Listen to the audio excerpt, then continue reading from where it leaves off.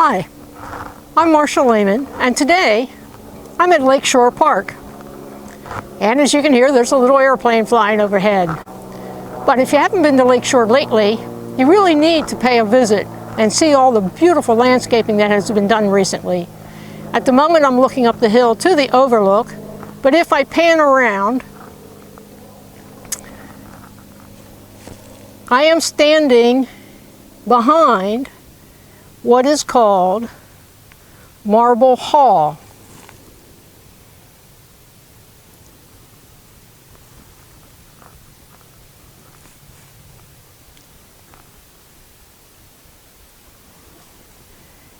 And then I'm going to come back to this specific location where there are a number of plants that have been deposited to be planted today. So we'll get to work shortly, but just wanted to give you a quick snapshot of some of the beautiful work going on at Lakeshore Park. My name is Marcia Lehman, and I'm a Knox County Master Gardener. And today we're going to put in a shrub. So it's all about how to properly plant a potted plant, not bare root, but something that comes in a pot. So the very first thing you want to do is take this tag off. This is a Rose Creek Abelia grandiflora, and gets 2 to 3 feet tall, does well in full sun to part shade. So assuming that you already read that, you know all that. The next thing, since there are a number of shrubs here to be planted, I'm only doing one today, but they've already been put in the spots where they are to be planted. So the general rule of thumb is you want to make a hole that is at least twice as wide as the pot. So what I like to do is take my trenching shovel, and if this pot is about 10 inches wide, then I'm going to come out about 5 inches all the way around and make a nice little circle. And if I have 5 extra inches on each side, then I am twice the diameter of the 10-inch pot. Now, that also tells me if I'm hitting any tree roots. There are a few here. But what I'm really doing is marking the outline of the hole I need to dig. That way, now I can actually take this and set it aside and actually dig the hole. And when I do that, sometimes I just put the soil right next to it, but since there's a lot of nice wood chips here, I'm actually going to dig the hole and put the material in my bucket. You can use a tarp, you can use a cardboard box, anything that works for you. And I won't make you watch me do this whole hole, but I will dig out as wide, quite as wide as the trench that I made around it, which will end up being twice the diameter of the pot. Okay, so you take a break, I'm going to keep digging.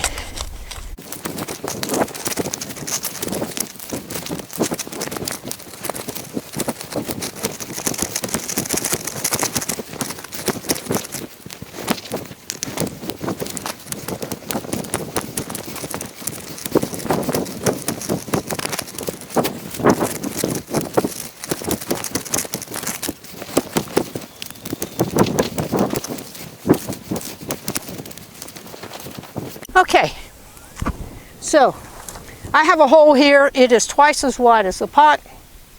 The question is, how deep is the hole? I always stop a little short. It's better to not be quite deep enough, and then you can always take more out. But gone are the days of planting shrubs really deep. It's not good to bury their stems. And the other thing that happens is, if you dig the hole too deep and then you have to put fill back in, that fill over time will settle, and so will your plant, And so you may say, well, I planted it at just the right depth. Why does it now look low? Well, that's because you may have had to put some fill back in the hole. It settled, so did the plant. So the next thing I'm going to do is take a note of where the top of the soil is in this pot. And it is about here. So it's a good 2 inches down from the top of the pot. And that says I'm at a pretty good level. But to make sure, I'm not going to take any more out. What I will do now is remove the plant from the pot. And one of the easiest ways to do that, you want to be very gentle on the stems, is just to roll it around here, lean on it a bit, get the debris out of the way, and then very gently slide it out. And we're going to do this for a couple of reasons. We want to inspect it. You can do this at the nursery to check the root ball if you're going and buying your own plants. These were delivered this morning, so we didn't really go pick these. But I want to look at the roots, and it's not completely root bound, but boy, this side has quite a lot of roots. So this is where you can use a utility knife.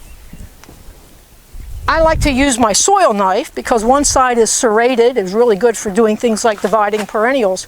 But I also will just slice through these a bit. And I tend to make 4 cuts, evenly spaced, so I do opposite sides. Then I come back and get this one in the middle, roll it over, get this one. And then I'm going to just tease it apart a bit because I really want these roots to start to grow out. That's why I made the hole bigger. I don't want them to keep circling as though they're still in the pot. Now, let's talk about how you can accidentally create a pot in the soil. Now, that sounds kind of strange, but I don't have a good example to show you because this soil is actually quite nice. Let me set this aside for a moment. Couple things. I did mention tree roots, so I got those out.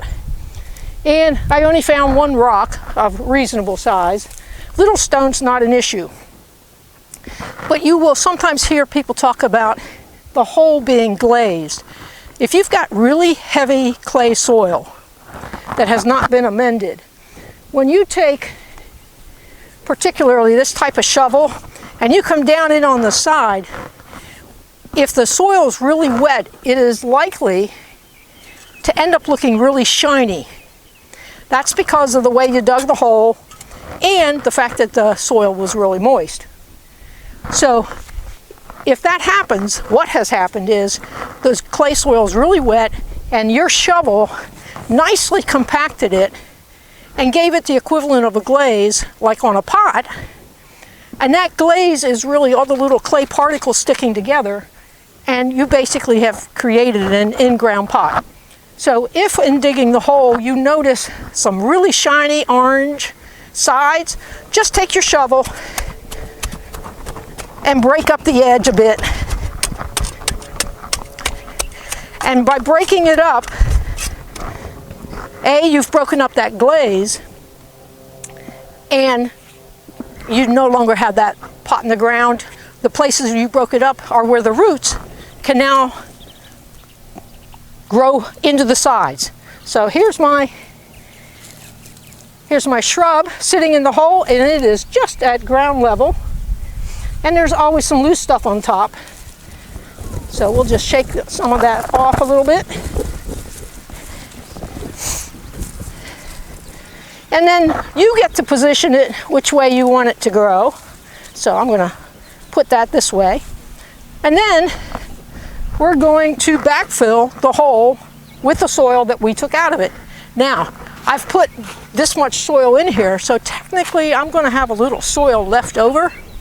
And as you can see, because I removed really 2 pots worth, it didn't all fit in my 5-gallon bucket. So I'm just going to start, and actually I usually use my hands, break up any clods, put push this back in here. That's a pretty hard clay clod. We'll let that sit out there.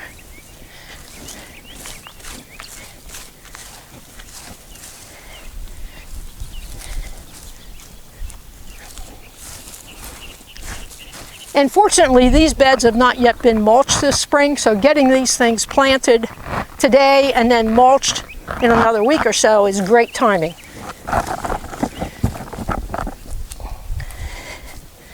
Okay, so now get rid of that tree root and take some of the soil that I put in the bucket. And this needs to be tamped down pretty well. We don't want a whole lot of air pockets. I don't want to pile soil up against the stem. Get that rock out of there. And when I'm pretty happy with that, I tend to come around and tamp it down quite well.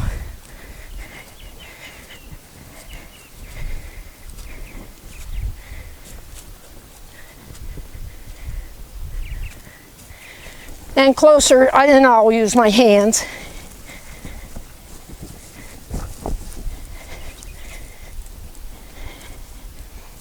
And then, yes, I have some soil left over. I have some roots that need to be removed, a rock that needs to be taken away.